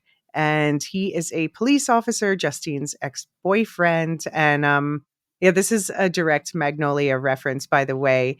John C. Reilly's cop character has this mustache in Magnolia that was intentionally given to Paul to give him a similar vibe. Okay. I would say he represents the depression part of grief. Mm-hmm. I don't know if you guys feel any differently. that, because I didn't have that frame to think about the film prior to watching it. I was just watching what the character was doing on screen. And it seemed like, to me, there's some degree of Paul's character that is, he's in this career, but this isn't really what he should be doing. Right. He's ended up here, and he's not really a cop. He doesn't really fit into this world or into this this values set of trying to protect and serve, on the ideals of policing. I was going to say he's got the violent part down. Yeah, well, that's not supposed to be the ideals of policing. I know. Well, yeah, agreed. Agreed. Not quite the ideal, but perhaps present. And having had some exposure to law enforcement and stuff, there was a lot that was believable, and then there was a bunch that I was just like scratching my head. I was like, wow, like not calling for backup and just being missing for a long time. That just seemed really odd. Having a police car just like, where is this guy? And it's parked outside of somebody's house for a long time. So whatever, I can allow some of that, but the whole interaction with James and the antagonism between them and how he's taking out his anger and frustration on James. But then, man, there's a lot of little horror elements in this, in terms of personalities and characters and minor setups, and getting stuck by a needle in that circumstance. That is horrifying, because your life in that single moment is forever altered. If you are infected with anything from that needle, right? Even just being exposed, even if there's residue of drugs from that, what if you're somebody whose physiology is susceptible to addiction, being addicted to those kinds of drugs? Your life like an alcoholic cop. I'm like an alcoholic cop, and what goes for drugs on the street these days. There's a lot of extremely dangerous stuff. So yeah, that was a horror moment for me. Actually thinking about it. Yeah, and he also doesn't tell. Justine asks what happened to his finger, and he does not tell her that he got stuck with the needle, and then he sleeps with her. Right. So. And does he even go to the hospital? Like, that's the first place you're going, right? You're going to take that guy. And then just this whole, oh man, it was just so cringy. Just the whole, like, I'm going to let you go, but you can't be around here. Oh man, I was just like, no, bro. And then body camera footage. So there's a whole bunch of intricate elements here, which I thought Cregger managed really well. Like, that could have gone off the rails quite easily, but I felt very firmly in his hands in that storytelling. He actually did a really good job of telling those elements of the story.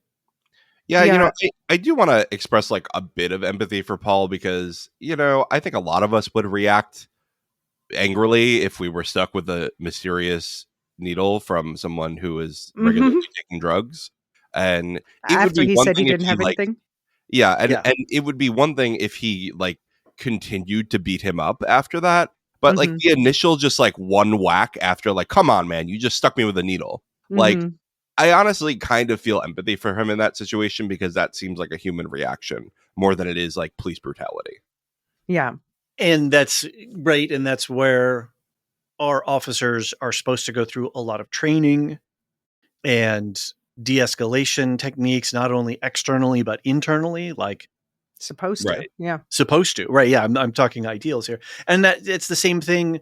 I think when we look at teacher and teacher culture, you have to be possessing of and have a good skill set in being patient and checking your initial. It's not that you can't have your emotional reaction, but you need to know how to manage that. And that's a muscle, right? Those skills, practices.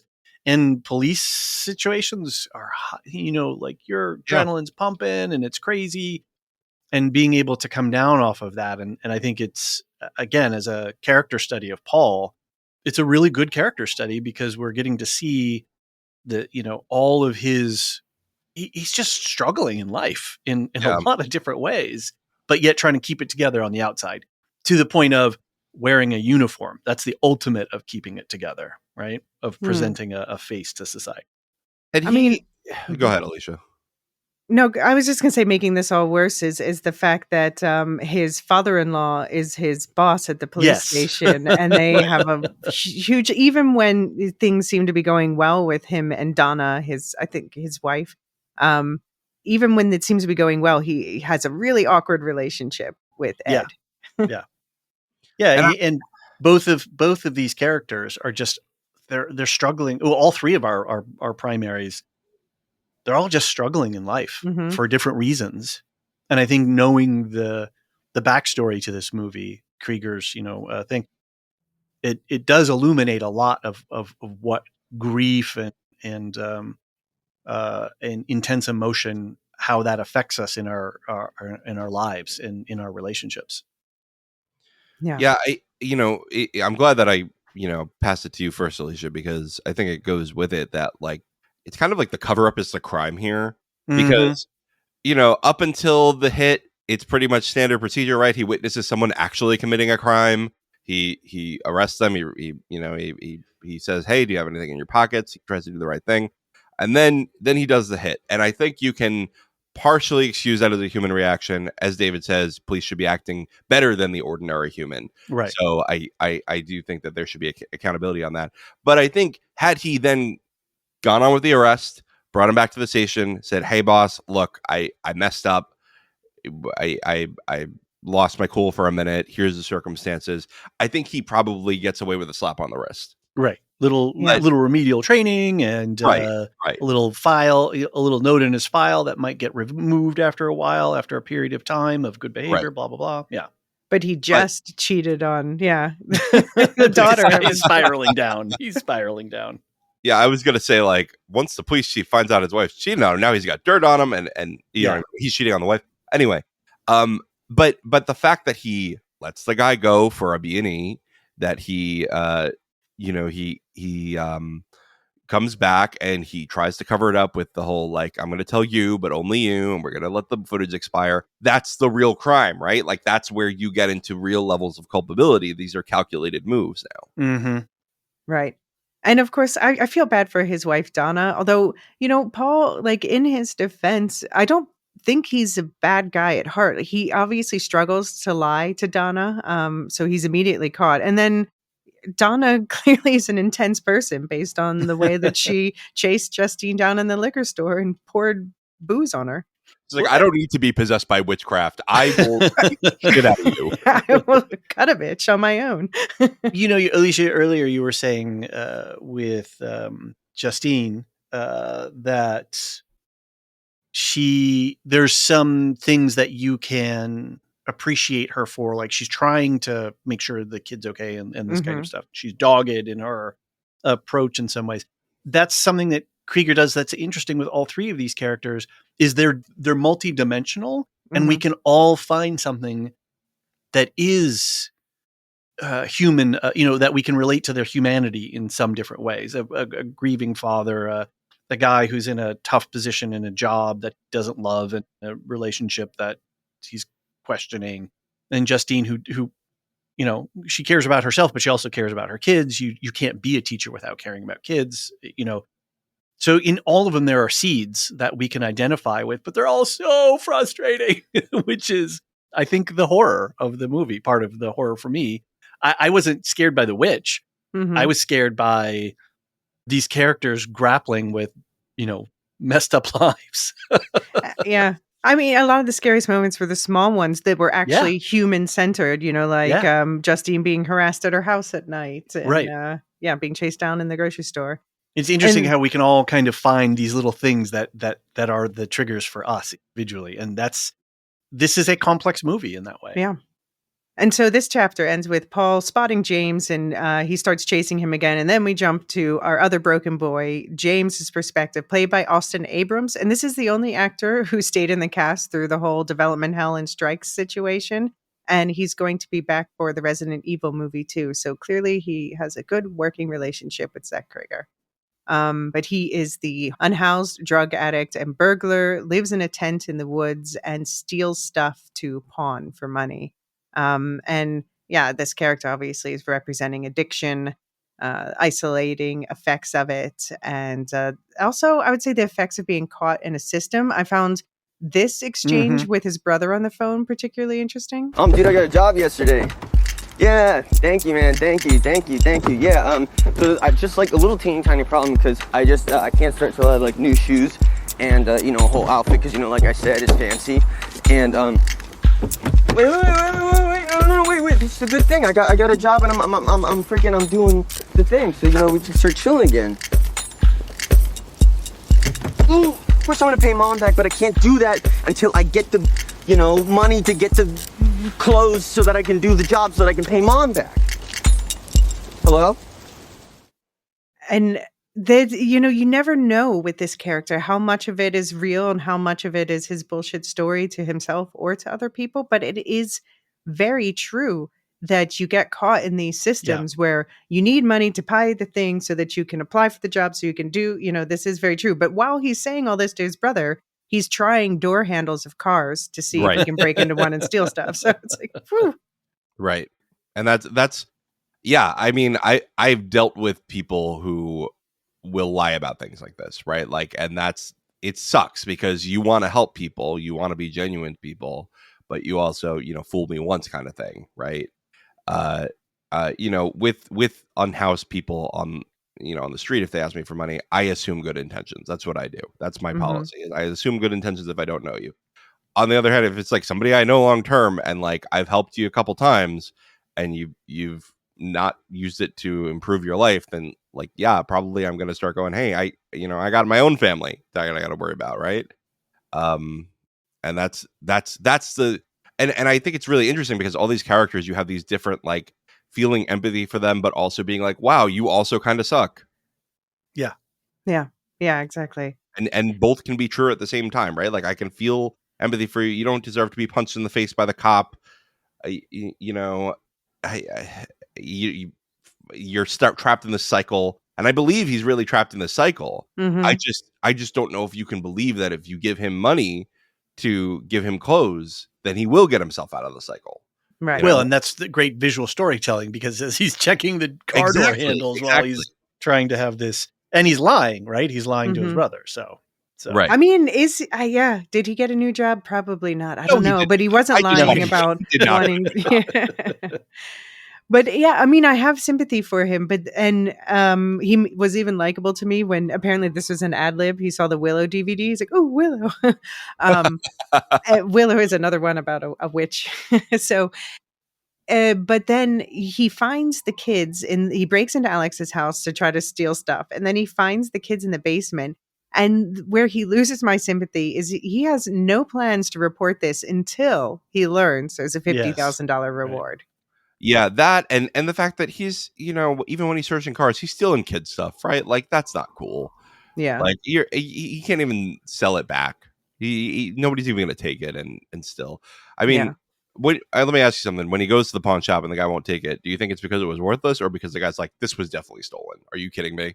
Yeah, I mean, I think probably because it's definitely stolen. And a tablet like that, you might be able to track. Yeah, that's true. Yeah. That's true.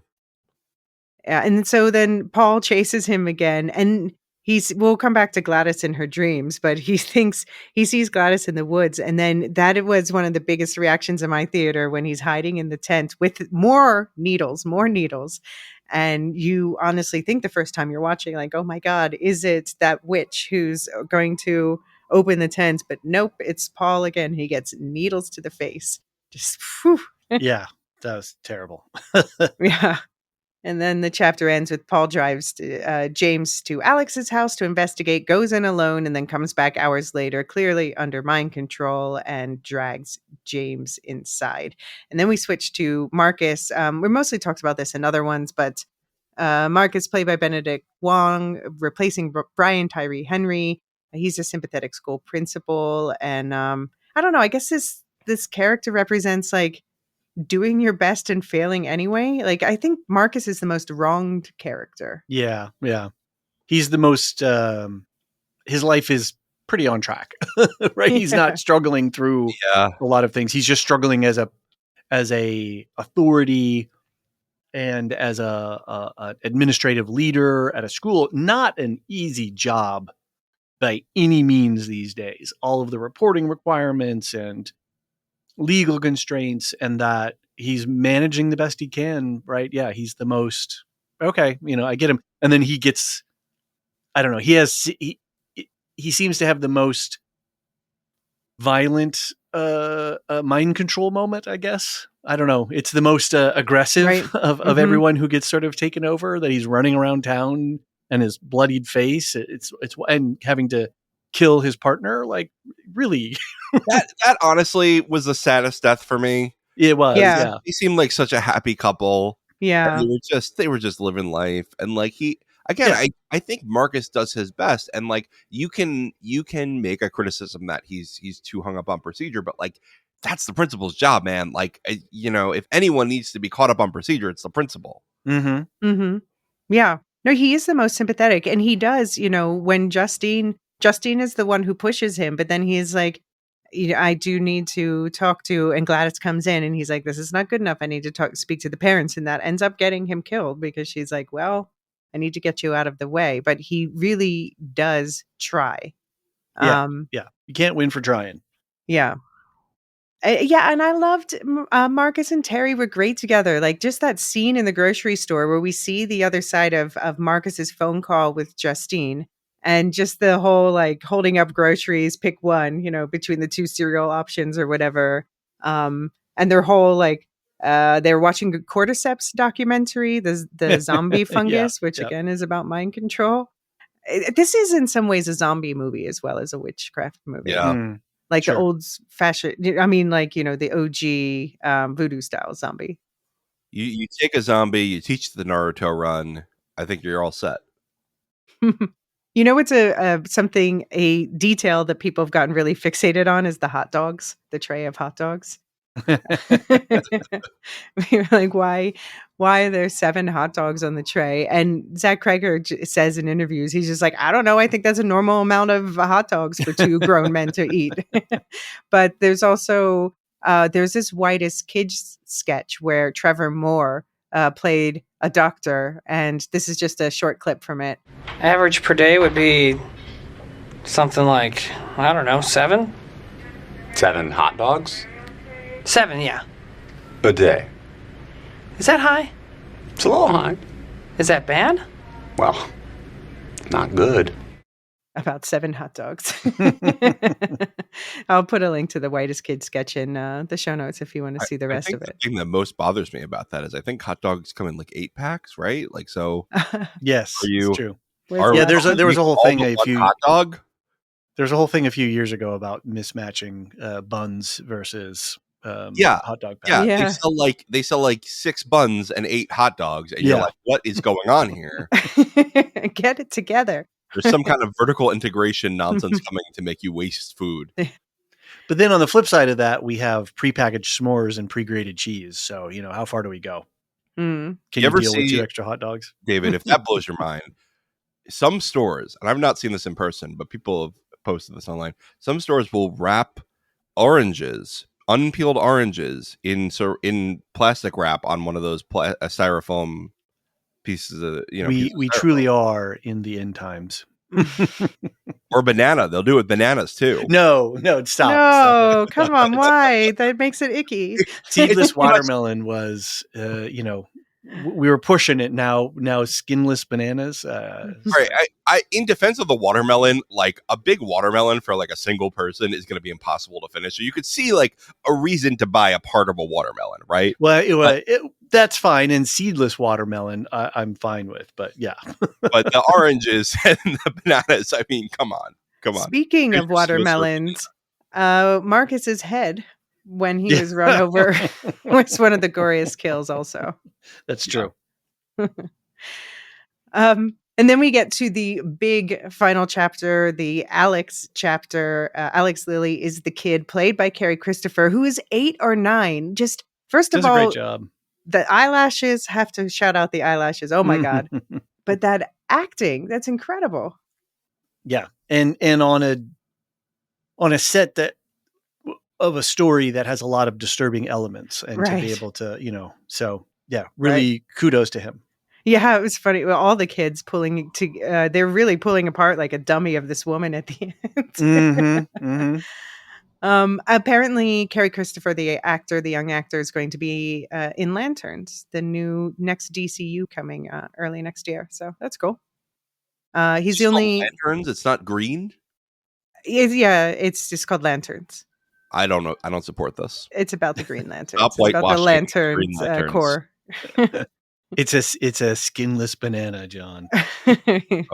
They're still green. Don't worry. No, I want to be clear, David. They have unpeeled bananas in plastic wrap, so they are already protected, and you're putting them in plastic wrap. Yeah, it's ridiculous. And then throwing the plastic wrap away. And then you put it in your bag and it just gets turned to mush immediately. Like, I don't get it. What you do with your banana is your own business, Elysia. All right. All right. So Alex, only kid from Justine's class who did not disappear and doesn't speak up because of the threat to his parents. Who the self-forking scene was wow. Yeah, that was intense. That was really hard to watch. Yeah. And it's at that point they weren't completely gone yet either. They were still kind of verbally responding. Right. But this is, and you can see it's the most intensely personal chapter. Zach Cregger said the final chapter of this movie with Alex and the parents, that's autobiographical. I'm an alcoholic. I'm sober 10 years. My father died of cirrhosis. Living in a house with an alcoholic parent, the inversion of the family dynamic that happens. The idea that this foreign entity comes into your home and it changes your parent. And you have to deal with this new behavioral pattern that you don't understand and don't have the equipment to deal with. So yeah, this movie has layers and layers, doesn't it? Mm-hmm. Yeah. This is all stuff I didn't pick up. I was just like, oh, this is horror. This is horrible watching somebody do this to themselves. But then when you understand the context that he's writing from, it's like, oh, wow. Yeah. The foreign element, the what I can imagine is that guilt and self anger at allowing situations to go, and how you take things, how you beat up yourself and not deal with things externally. It's a mess. And I think now that I'm, like I said at the top of the podcast, I was really curious to see the layers that you're going to be pulling out. And I'm like, oh, I'm really reevaluating this movie on a lot of different levels. Same like we did with the Lore Down with Companion and Barbarian. There's a lot more going on here than I ever first thought. Yeah, that's why I'm drawn to these horror movies that are just a fun ride on the surface, but then there's a lot to dig into. It's right. Well, prestige horror, right? So, right. Yeah. Right. Yeah. So the character representing all these personal and sociological demons is Gladys, played by Amy Madigan, who is really the one who makes this all work. She's the witch. She's posing as the aunt, but it's my interpretation that she is absolutely not in any way really related to these people. She just seems to have this ability to enter other people's dreams. And we keep seeing these creepy dream images of her planted in various places from the waist up. Yeah, I do not think that she is related to anybody. You said that there were different backstories, and I go with this is sort of a Pennywise type thing, right? You are just you're just appearing as the ant. Yeah, you're an immortal being. It's interesting how Justine seems to have a sort of precognition dream of some sort, or where she sees Alex in makeup like Gladys in a classroom with all the other kids' heads down. So I don't know if that's supposed to be something that like Gladys planted that dream, or that Justine just has a certain intuition and was dreaming that. She was a real witch the whole time. She just wasn't a bad witch. Yeah, maybe. Could be. She has the gift. And we have this idea that Gladys has been around for a long time, because she says Alex's parents are sick with a touch of consumption, which, by the way, totally was lethal, killed like everyone Poe ever touched back in the day. But she's also literally consuming them. Right. I found once the mystery is sort of revealed, for me, then it just seemed the film just seemed to unfold very naturally, but also not. I wasn't surprised by anything that happened. With the setup of like Alex seeing how the magic works and then being able to recreate it for himself and to turn the tables.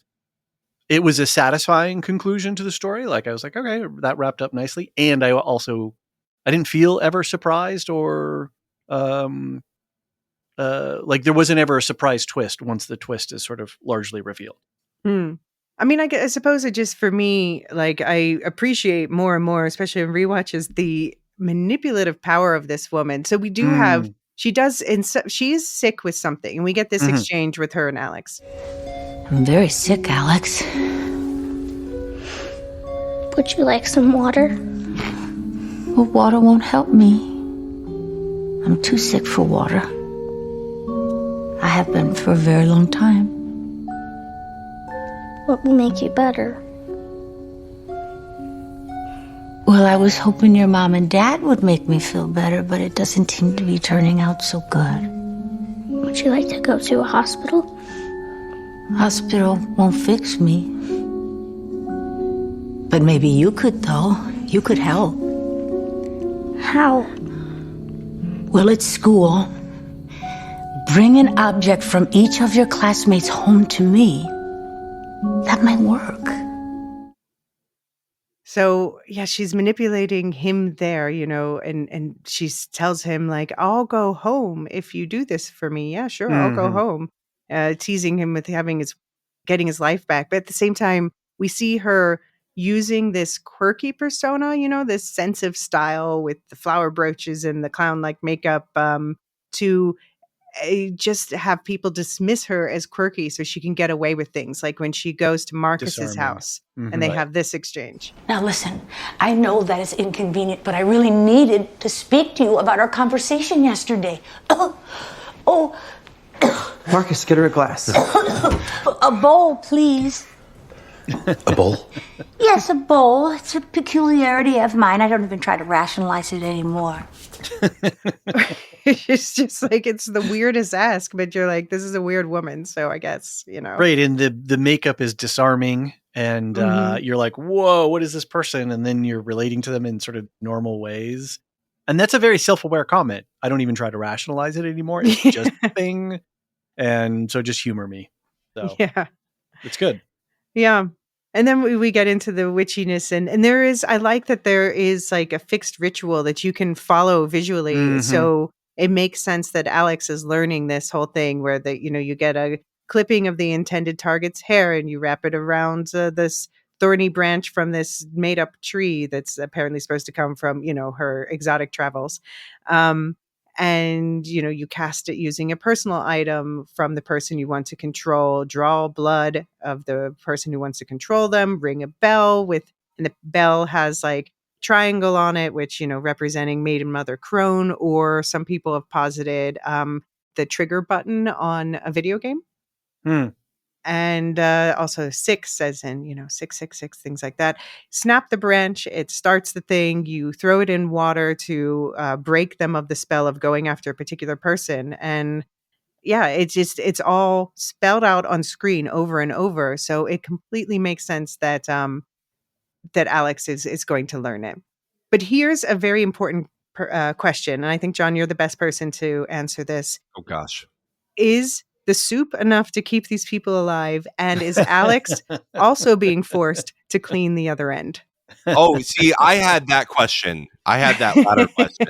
Is like, are these people just shitting their pants all day? Right. And I think yes. They put on diapers, probably, I guess. Okay, but you have to still change the diaper. You have to clean them. Yeah, and clean. Yeah. I'm going to choose to ignore that question. Yeah, we can bypass that question. Certain conceits we make for movies. It's just. I mean, maybe there's like a fortified Campbell's that we don't know about, but I'm going to say probably. I mean, the vitamins are really these people are going to be. Although I don't know how much Gladys cares about quality of life more than just like calories enough for them to not die immediately. They've all got scurvy though. I'm just saying. Right. No, I don't think she cares about keeping them healthy. just alive so she can Just drain alive. Yeah. them. Mm-hmm. Yeah. And for how long, right? There's a question too of how long she needs. Right. Which I never really understood what she needed them for per se. I don't She know. was I feel like draining their life power. That's how she was making their herself batteries. better. Yeah. Right. Okay. Got it. Yeah. I feel like when this all goes down and the police come in, raid the house, and they find everything, the U.S. military is going to come in and say, "We'll take 10. We'll take 1,000 of these trees. Thank you very much." Yeah. Yeah. I can imagine that would be a formidable army, and someone would definitely want to exploit that. Morality be damned. But yeah, and then she wants to keep Alex as her servant. She's like, "We're fleeing together," and Alex is like, "No, you go away, lady. You go." And I think she represents how authoritarian figures turn people against each other, protect themselves by targeting people against other victims. You know, like, don't look at me, attack that person. Manipulation, grooming, right? Mm-hmm. Displacement. Yep. And that's when we get to the conclusion where, there's the whole salt ritual element, which obviously linked to old, fairy magic. And so Justine enters the house, smudging the salt, triggering both, Paul and James to attack her and Archer. And she's forced to attack the man that she just slept with less than 24 hours earlier, peeling his face. And I kept wondering how they did the makeup on that. But anyway. And then at the same time, I think Alex is the real hero in this circumstance because he knows For sure. He knows what will happen when he triggers that salt line that his parents are behind. And he knows he's going to have his parents attacking him, which is like way more scary, I think, to have your parents trying to kill you than to have some stranger trying to kill you. But he knows that's the only way through. And we get that "Here's Johnny" Shining reference with his mom's face through the door. Right. And then we get, that glorious chase through the houses and yards, leaving just a comical path of destruction in their wake before tearing Gladys apart. And the children have now been fully weaponized, and the tale of cyclical bullying has come around again. I will add maybe to my favorite moments that this was kind of cool as well. Seeing all these little missiles streaking through all of these people's homes. Right. I forgot about that. And upending the order of suburbia, everything's sort of in its place. And it's just suddenly like, wow, what are all these flechettes sort of, running through, and you're just like, the hell is going on? That actually is pretty clever now that I think about it. And then we get the voiceover conclusion. Alex's parents are still being fed soup somewhere, but not by him. He moved to another town and lives with a different aunt. I heard that one is a nice lady. All of the kids from his class got reunited with their parents. Some of them even started talking again this year.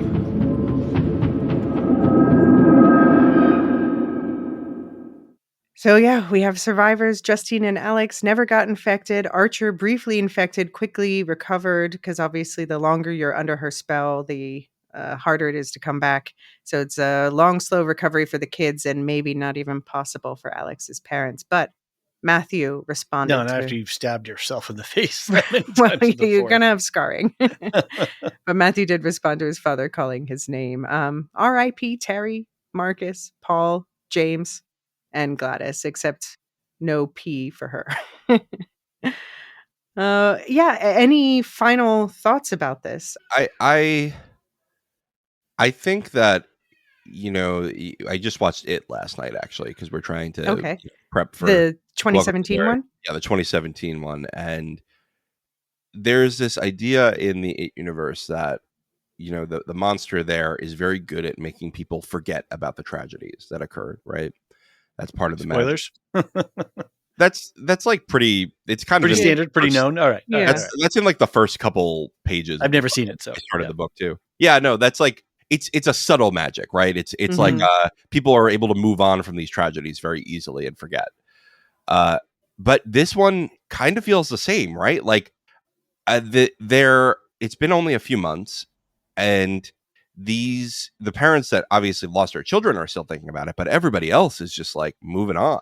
And that's why, when you're talking about the weaponized kids running through there, like life went on, right? And that's part of grieving too, is being, when you are going through grief, you feel like you are in a struggle that everyone else has moved on from. The first few days, everyone's grieving with you. You do the funeral, and you do things like that, and then people just forget because people have to live their own lives, and that's honestly one of the hardest parts of grief. I think is that you feel very alone in it. Yeah. Right. Yep. Yeah. Struggle in general, I would say. Yeah, absolutely. And David, do you have any final thoughts?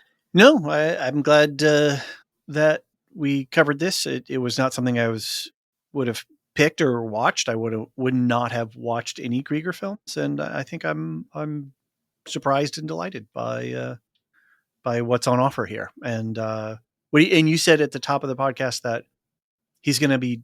Did you say he's going to be directing less and writing more? Was that the... No, it's just that he's going to always be a writer director. So he doesn't want to direct somebody else's screenplay. Right. Got it. Yeah. Yeah. So he's got this Resident Evil one coming up, and he has he also says he has another finished script that he wants to do after that. And then, he made this spec script for the DC universe. It's not superhero focused. But it's a henchman script for anyone that means something to. I think they're like Batman villains, more grounded. So I don't know if he's even pitched it to James Gunn, but now the press is talking about it all the time. But he's got a bunch of stuff in the works, so he's got plenty of ideas. We're going to see a lot more from him. Cool. Sounds good. Well, thank you both so much. And listeners, stick around and I'll talk about what's coming up next on the network. We've got a lot of plans for Spooktober and beyond. So thank you to David and John. Thanks, Elysia. And thank you so much for hanging out with us to talk weapons. If you still want to send in your thoughts, we still want to hear them. Please send them to horror@thelorehounds.com. That is our new email address for our new horror feed that John mentioned earlier. It's currently called It's Welcome to Derry, a Lorehounds podcast. So please look that up, subscribe to it. We appreciate it. It helps us get this new feed off to a good kickstart. It will later be called Horror Hounds. As far as Spooktober, we just released Marvel's Zombies yesterday, so check that out. It's not something that you need to... If you are not into the rest of the Marvel stuff and you're like, I just want to see some cool zombie animation stuff, absolutely watch Marvel Zombies on Disney+. David just completed his trilogy of One Battle After Another conversations, three very different, very interesting conversations, so highly recommend those. As far as upcoming show coverage, right after this, we're going to be launching our weekly It's Welcome to Derry coverage.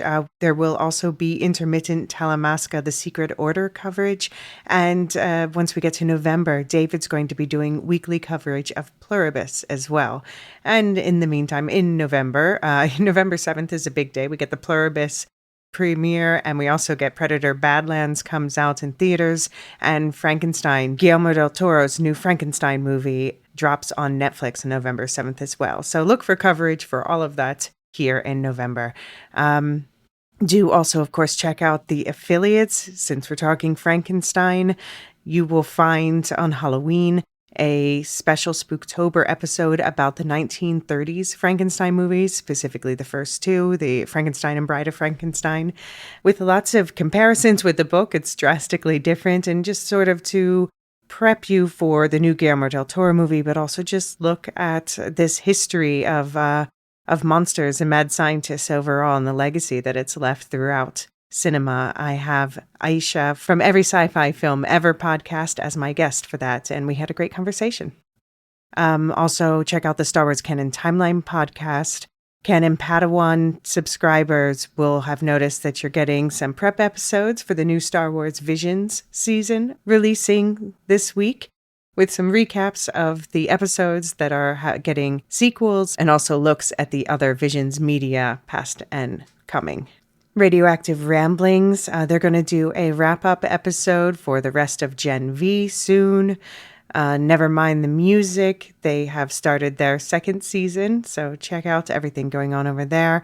Properly Howard just wrapped up their Bacon Wrap season, and you can talk about all of it on the Discord. You'll find that link tree in the show notes. We have lots of forums and channels for all of the topics that we talk about. If you enjoyed this, you can help us out enormously by sharing this episode with anyone else who is a Weapons fan or whom you want to watch Weapons. And it's also a huge help for the algorithm if you leave us a nice review wherever you're listening. And also, this is how, people, they get a lot of podcasts and they're like, I don't know which ones to trust. So if you think that people should give us the time of day, then if you leave us a review saying so, that's enormously appreciated. Thank you so much. If you want to go a step deeper into the Lorehounds world, then we do have Supercast and Patreon feeds where you get all of the episodes ad-free, but also a lot of bonus content. So David just wrapped up his Alien Earth coverage with an episode talking to Nicole about the psychology of the series. And there's been a lot of What You Watchins recently. Great British Bake Off, The Paper Season 1, Mayfair Witches Season 2. There's coming up this week about a film festival that I went to and the Dick Turpin Halloween special. Look for that to drop on Halloween. And of course, we had our monthly Second Breakfast and Elevensies episodes. It was Pumpkin and Squash for Second Breakfast and Barbarian versus Companion for this month's Elevensies Lore Down. Next month, David's in charge, talking Pie and Robert Redford.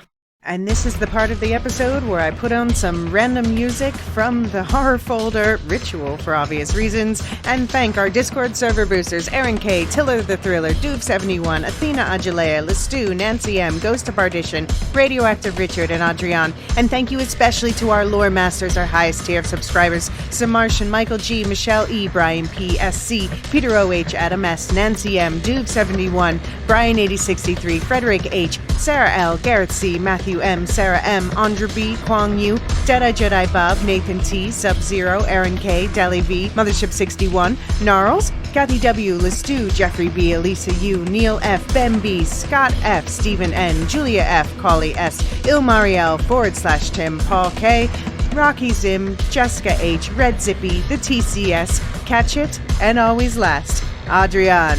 All right, thank you all for coming to our Spooktober 2025 Fest, and may your Halloween bring you more treats than tricks. Bye. The Lorehounds podcast is produced and published by The Lorehounds. You can send questions and feedback and voicemails at thelorehounds.com/contact. Get early and ad-free access to all Lorehounds podcasts at patreon.com/thelorehounds. Any opinions stated are ours personally and do not reflect the opinion of or belong to any employers or other entities. Thanks for listening.